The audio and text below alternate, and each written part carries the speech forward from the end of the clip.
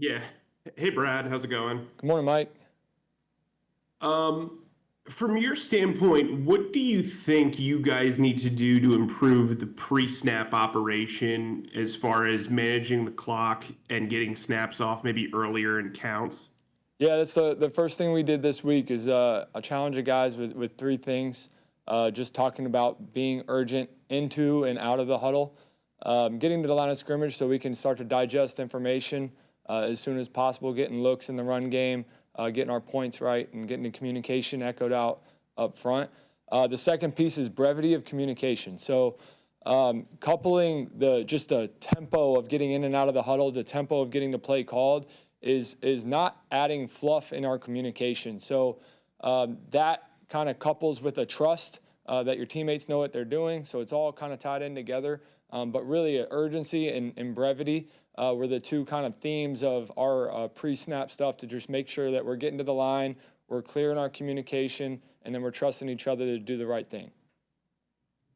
And then I just want to follow up. You had three drives that basically led to five first downs, and I think it was like 13 minutes of offense.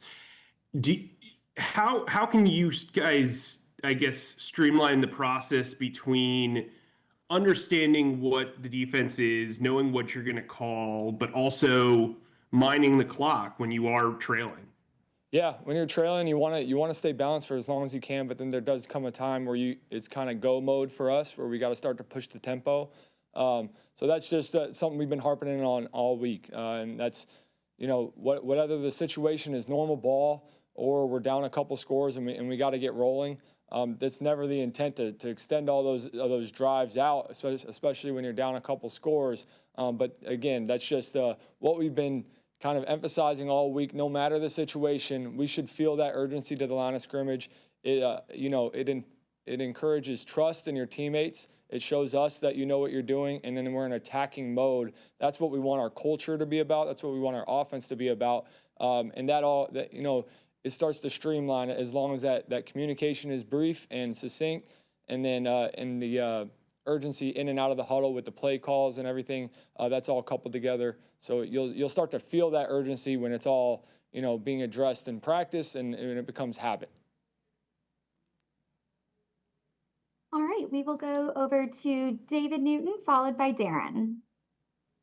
Hey, Brad, good to see you. Following up on what Mike asked, can you tell me what the process is as far as the play call? Because how much influence do you have? Does it go straight from Dave to Bryce, or just kind of tell me the whole process that works there? Yeah, I think in between drives, we're previewing stuff, that the defense is doing, how we want to attack them. So I think there's an expectation when it comes to Bryce going out onto the field of, hey, the next couple play calls in these situations, we're expecting them to do this. You kind of want to put it in the back of their head so nothing catches them by surprise. Same thing goes with Dave when he's clicking over from, helping the game management. We have time to talk.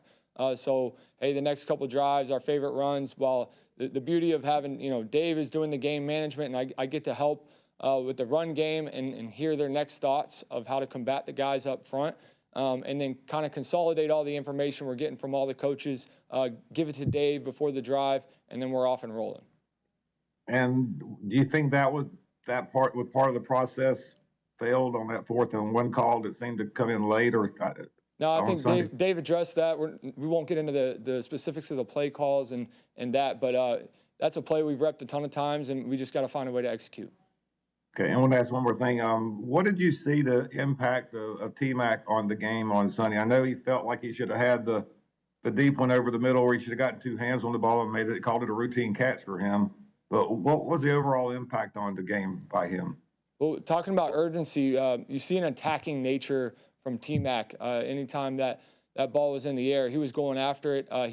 He felt comfortable, right? You see the late one where we got the defensive pass interference. There's a guy who's comfortable in setting a DB up last minute to try to make a circus catch.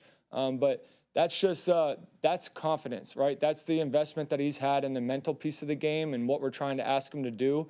And you see a guy who's playing with urgency and an attacking nature. That's exciting. And we want our whole offense to feel that same way. And that's why we've really been pushing that emphasis this week. I appreciate it. Thank you. Yep. I think you're muted, Darren. Looks like you're trying to talk. There we go. There it is. There we go. There we go. When you say brevity of communication, is that the number of words in a play call, or is this other things being said in that process? No, it's the play calls really haven't changed. The length of the play calls, in the NFL, I think on every team, you're going to have some checks and balances when you have a play call. But as far as when you're communicating out at the line of scrimmage and you're using our vocabulary and you're echoing that example in a run game all the way out to the tight end, it's got to get from the center driven, all right, all the way out to the tight end. There's things on the perimeter where we're echoing route adjustments. That's got to get all the way out to the widest receiver. So it's really just being clear with how you communicate that. So you're not, you're keeping guys in the wheelhouse of things that we've practiced, as far as using vocabulary. So you have all these guys that have played on multiple teams and have called routes different things, have called, combos different things up front.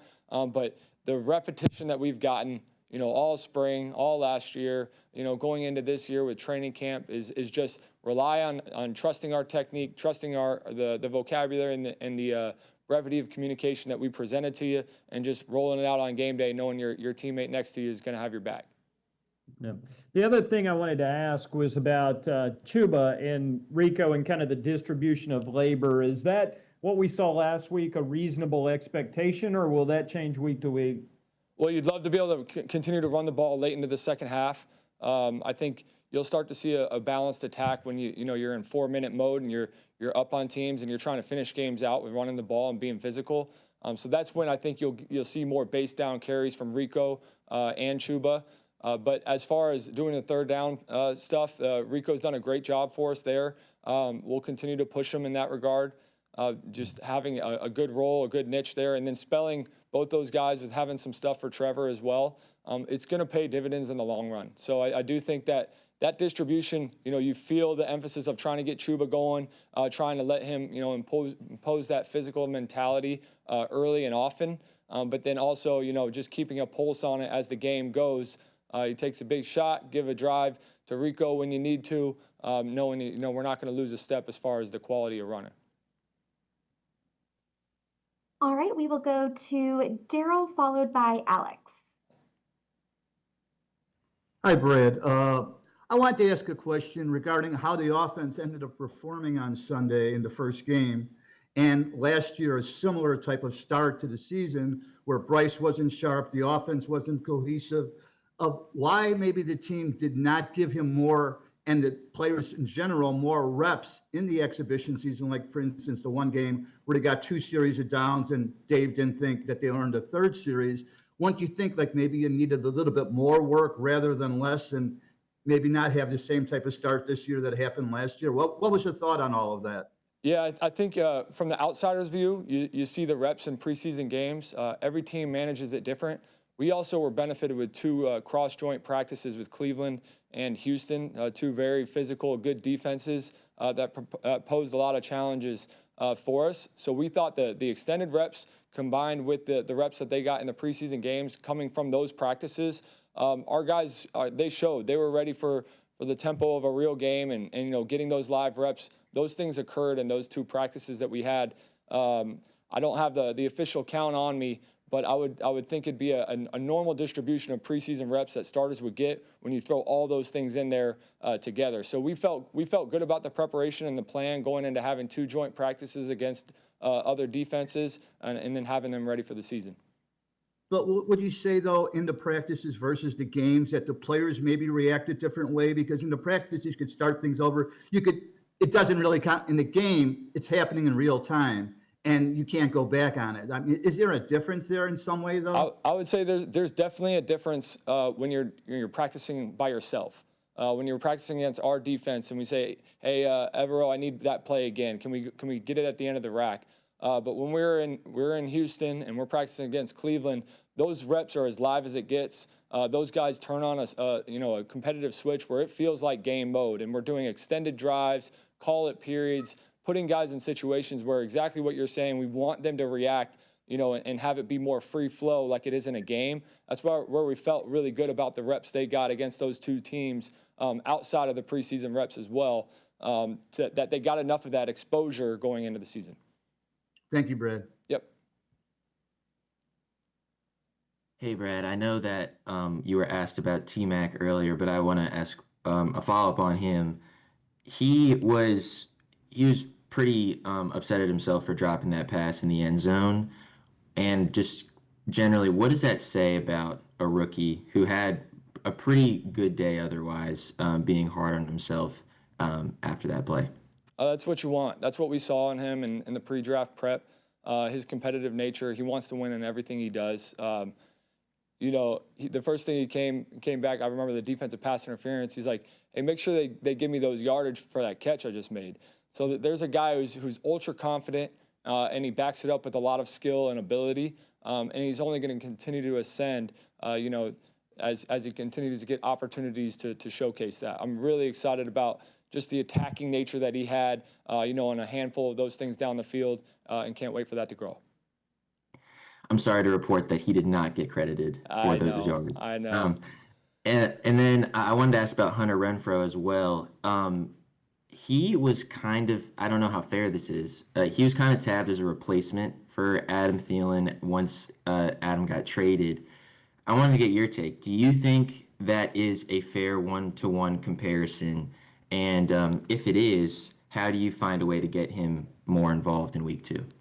Our stable receiver room, once Adam was, out of the room, we still had Jalen, and then Jalen went down, obviously, and Hunter was there as well, and he had so many accumulated reps where he's already developed that trust with the quarterback and with us as coaches. So it's just a matter of making sure that, the workload was right for him, but then also just continuing to learn the guy. When you get into a game plan mode, when you're putting guys into specific spots, okay, how do you want to highlight him? How do you complement the things he does?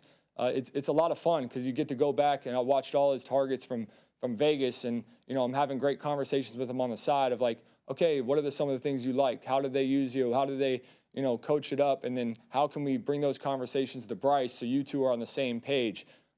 He mentioned it early last spring and in training camp. He's like, I'm not used to just being put all over the place in different spots in the offense. And he's like, is that what it's going to feel like during the season? And I was like, no, this is actually a form of like conceptual learning that we want all of the guys to have. We had a lot of young skills, and we want to push them to conceptually learn. Hunter's included in that, being new to our offense. So we put him in all the different spots so we knew what the concepts were, and now we get to pick and choose where those guys are going into a game week to maximize the matchups that we have. Great, appreciate you. Yep. We have time for one more. We'll finish off with Mike K. All right. Brad, I know you're the resident Bryson Tmaine expert on the staff. We saw him get some offensive reps in this previous game. I mean, he came in on a future reserve contract and had -2 yards on his resume. Like, what did he truly do during the summer beyond special teams in your mind to earn, an every week role and a role on offense? One more time. Who are you asking about? I didn't cut out.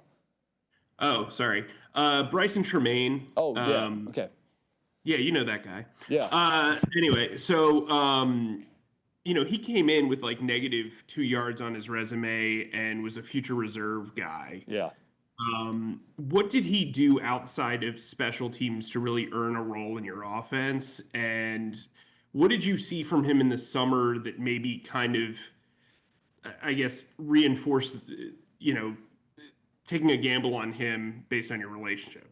Well, first of all, I think he's going to have a great day of practice today. If you're putting the -2 out there, I think that'll fire him up. But I would say the consistency and the approach that Bryson's had since he got here. Obviously, in the spring, we didn't get to see him much with the foot. So I was kind of telling Rob Moore, I was like, hey, just trust me on this one. Trust me, you're gonna like the guy. We're gonna hope that the health holds up for us. And then when he was healthy, he goes full tilt. You're about to talk to Tracy Smith, and he's gonna double down on this. I guarantee it. He goes full tilt every snap. You're gonna get every ounce that you can out of him. He plays physical, and then he's strong. He he's strong to the catch point, right? He wants to attack everything we do, and it's really just couples with exactly that fundamental piece of what we want the culture on our offense to be, attacking in nature. So we want all of our guys to present that to the defense, that we're dictating the tempo, we're dictating the physicality, and we're dictating, at the catch point, that's my ball, I'm going to get it. And he did a great job of that in camp. He did a great job in Cleveland when we had the joint practice against Cleveland. I think he caught the last touchdown at the end of practice, and, guys stormed the field, the quarter field that we had. But just his approach, and really that whole room is led by Rob, helped out by Keyshawn Coleman. They never stop coaching those guys, and they never stop trying to get better every single day. And Bryson's a great example of a guy who missed a lot of time in the spring, but all of that mental investment that those coaches have put into him just let him hit the ground running when he got here in the fall for us.